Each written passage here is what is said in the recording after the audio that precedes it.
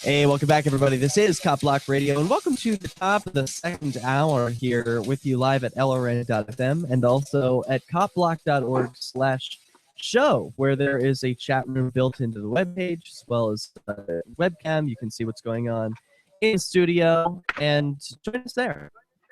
Get interactive. Right now, we are speaking to Tamah Clark, who is the subject of this amazing a piece of literature that has been produced. I am just floored at what you've written. If you don't mind, I'll just call you Big Balls, all right?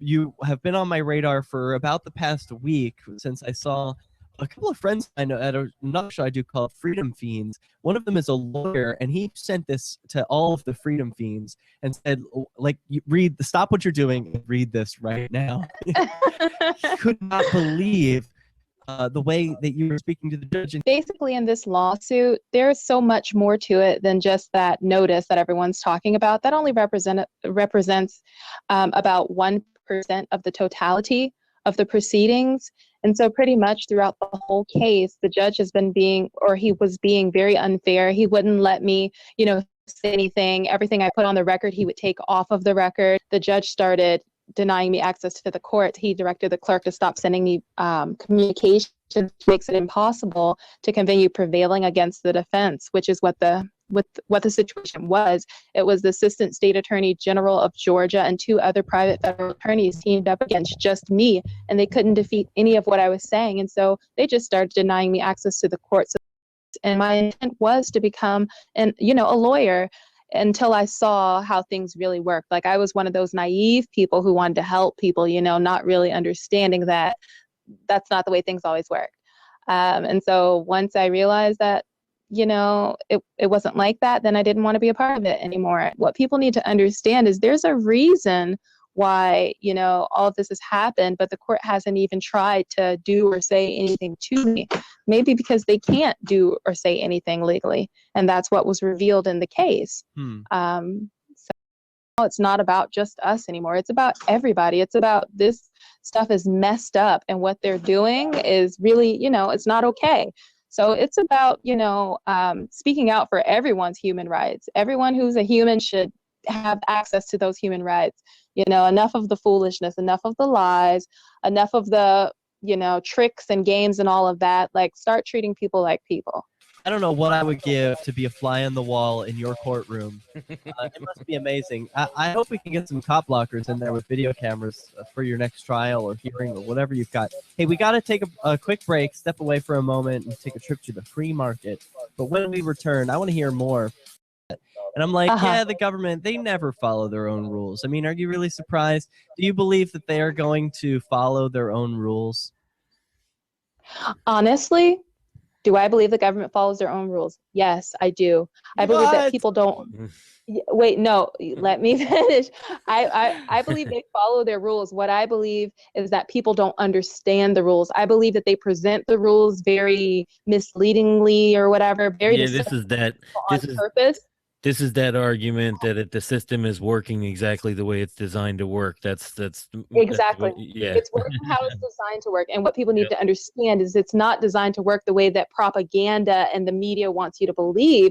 It's working the way they tell you it's working on paper. When you go through those congressional records and study history, you see they're doing exactly what they're telling us, but people don't read, people don't study, people don't take the time to educate themselves. If you're in their schools and you're receiving their education, then the education is probably going to be consistent with whatever agenda that they're wanting to push, Maybe because I was like younger, I didn't know, I was naive, call me crazy, but I was naive as to how people and the system, quote unquote, works and how much corruption there is, because it had never plagued my life personally. It just wasn't a part of my reality. So that first time, I was hurt. I was like, why would someone lie? Why would they say this? That's not even true, type of thing. Since then, please. We weren't driving. I wasn't driving. I was already stopped.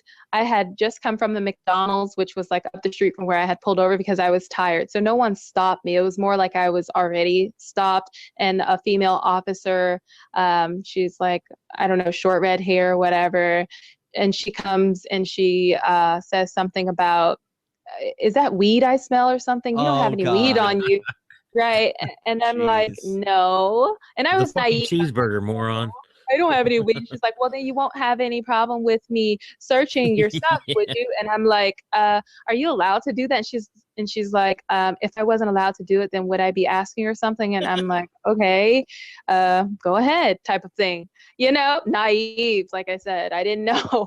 I have to ask you, because I can hardly believe I'm actually speaking with you. Did you actually write the words, just for the record, you are a hoe, this court is a hoe, and I will backhand you both should you continue to waste my time? Yeah. That's amazing. Where can people learn more about you? You have a website, right? Yeah, I'm working on it. It's not like all that, but it's tamahjadaclark.com. Dominated over the course of years of trying to fight corruption within the state of Georgia, like legal system on the state level. And with no luck there, then I'm like, F it, I got to figure out a way to get into federal court. So then I started studying federal law, and then I got into federal court. Who are some of your inspirations? Real quickly, this is the last 20 seconds. Janice Joplin. I don't know. Everyone who's willing to stand up and have a voice in the face of like oppression, adversity, anyone who's willing to speak out, those are who my inspirations are. Amen. Amen. TamahJadaClark.com. We'll have the link at CopBlock.org. This is CopBlock Radio. You have the right to remain silent. Anything you say can and will be used against you. You have the right to remain silent. They ain't here to help, they only here to get you. COPBLOCK.